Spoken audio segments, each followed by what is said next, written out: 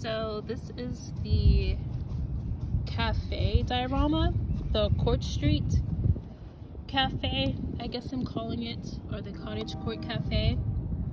I have my three main girls here. I have Stiora, of course, and then Lavinia, her sister, and then Calista, I want to call this one, which is Ultrad's sister. And I have some greenery that kind of matches the greenery in the backgrounds. I'm on location currently. and some little fairy lights just to add to the ambiance, even though it's kind of daylight, and a little kitty. So I'm going to clear out the girls and talk in some more details about the diorama itself. So here we have the Courtyard Diorama. My overall vision was just to have like simple courtyard where I could have like a cafe-esque type setting, a place for the dolls to meet up for storylines and such, and just have it aesthetically pleasing. So I am going to share some tidbits with y'all on that. So this is cork. This is cork, like a cork board or whatever, and I stone painted it, stone finished, which Julieb.Barbies does this too. I did it on a house diorama, but this is like my first time doing it on this. Now I will say you can't really tell that this is like, it's textured as stone, but you can't tell by looking at it how it feels. But the cork actually does feel, sorry, I'm in the south, they have big trucks down here. The cork, when it's finished, feels really substantial, so I really do like that. For the house diorama, because it's so finicky to paint on foam board, which is what this is made out of, I actually painted the stone finish on watercolor paper first, and then adhered the watercolor paper to the foam board, because if you paint directly on foam board, it will kind of like warp and bend. So I'll share some colors I use. This is the Waverly Wax in Antique, and that's from Walmart. This is also from Walmart. It's apple barrel and it's pavement. This is so much better than just using plain black. As you can see, this is like an actual kind of courtyard thing, and you can see that it's a little bit greener than mine, but you can see how you don't necessarily need to use black or have black in your repertoire or your collection, I mean. And that is the pavement color directly on the sign. So it's like a color that's almost black, but it's charcoal with a little bit of blue in it. So when you do mix it with white, you get like this really kind of nice gray.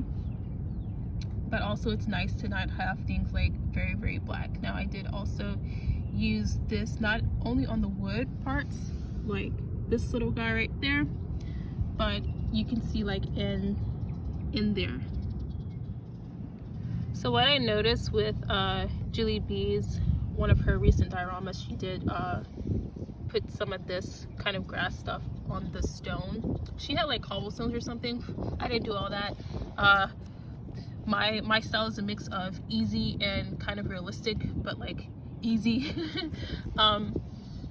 And so I already have this like thrifted lying around my house, but you can get some from Walmart and it works just the same. But I do feel like it adds like a realistic quality. So you can see that I didn't like stone finish the walls. I used, sorry about that, another big truck. I used the paper, the brick paper from Hobby Lobby. I think it's really nice. And so I really did want to add some kind of like realistic touch to somewhere in the diorama. This is also another find from Walmart. It's really nice. It comes like as a big bush. Well, it's this pretty much, which I just folded and laid on top, and then I did the fairy lights on there. But I've used this for that kind of setting or whatever. I can't find the word for it. And I also use this for like the kind of shrubbery box. And so this just to go around any place is really good, I feel. Before we talk about the shrubbery box, I want to talk about the menu It's just a piece of board with some chain adhered to it. The chain is movable. It's tacked in directly onto the foam board, and I could easily move it and reposition it or take it off if I want a different setting, not a cafe. I hand wrote the sign. I just did some real random things on there. And also I have this easel that I got from Hobby Lobby, and it came painted like this. And I could pop this off, this menu off, and then put it on here like they would outside of a door. So if I ever wanted to make a door, I could do that option as well. It's a little bit tight with the tables, but if I wanted to like have a door and then do this kind of setting, I could. So on Julieb's diorama video, she actually had the orange cat. I too have the orange cat, but I really have a fondness for this gray cat, and if I see gray cats, I pretty much pick them up. I got this gray cat and another gray cat from actually a truck stop, like gas station in Texas or something, or when I was coming back from Texas. And so these are really, really cute. Even though the orange one is cute too. So this shrubbery box, I'm sorry, more big trucks. Okay, this shrubbery box is made from popsicle sticks, and the accent pieces are this. So I just snipped off those pointy bits and glued the metal pieces directly onto it, and I stained it with the Waverly wax. And I think it came out really nice. Now I didn't Mod Podge it or anything like that, it's just stained. So this table is from Target. It's one of the plant stands that were in the dollar spot. So it was like $5, and you got like this smaller plant stand and a bigger one to go with it. And so I just used the Waverly wax again to stain it, and I think it looks really nice. Now I did have to make chairs on my own, so we'll talk about those now. So these are the chairs I made out of popsicle sticks. I have to be very careful with them as they're very flimsy. I'm not like a professional like Julieb or Dolls or Julia or Hasselnott, I mean. Kind of crappy at this. Anyways, I stained it with this again. It comes out really nice. And then some of them I wanted to try out the accent pieces just to see how it looked. I think it looks nice. I think it's worth doing, but also if you don't have that and you can't do it, the dolls are like sitting in front for the most part, and so you could choose to do it or you could choose not to do it. It is a nice touch, but when your doll is sitting on the chair, obviously it doesn't make that big of a difference. So side note, my cups are from Amazon. They're really nice. I like them.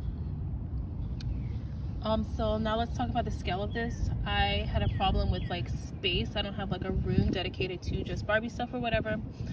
And so also I noticed if I make my dioramas bigger, I tend to not use them as often because they're so clumsy and like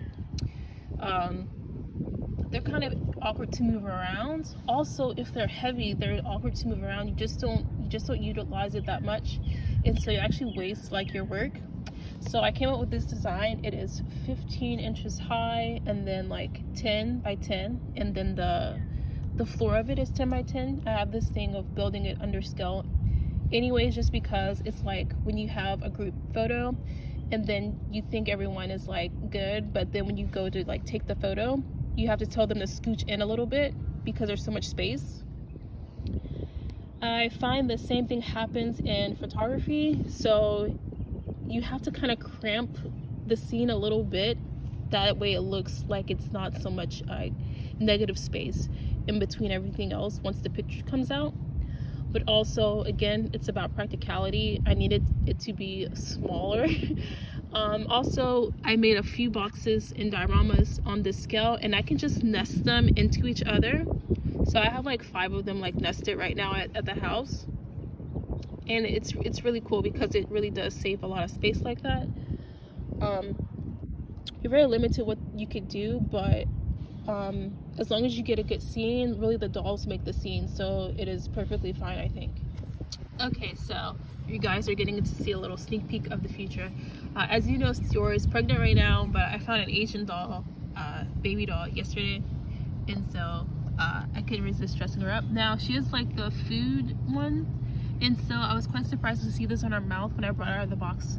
So I'm thinking, I didn't read the instructions or whatever, but I'm thinking that when it's cold, this like gets on her mouth, and then when it's like a little bit warmer, like with a warm like paper towel or something, you can wipe this off and it like clears up.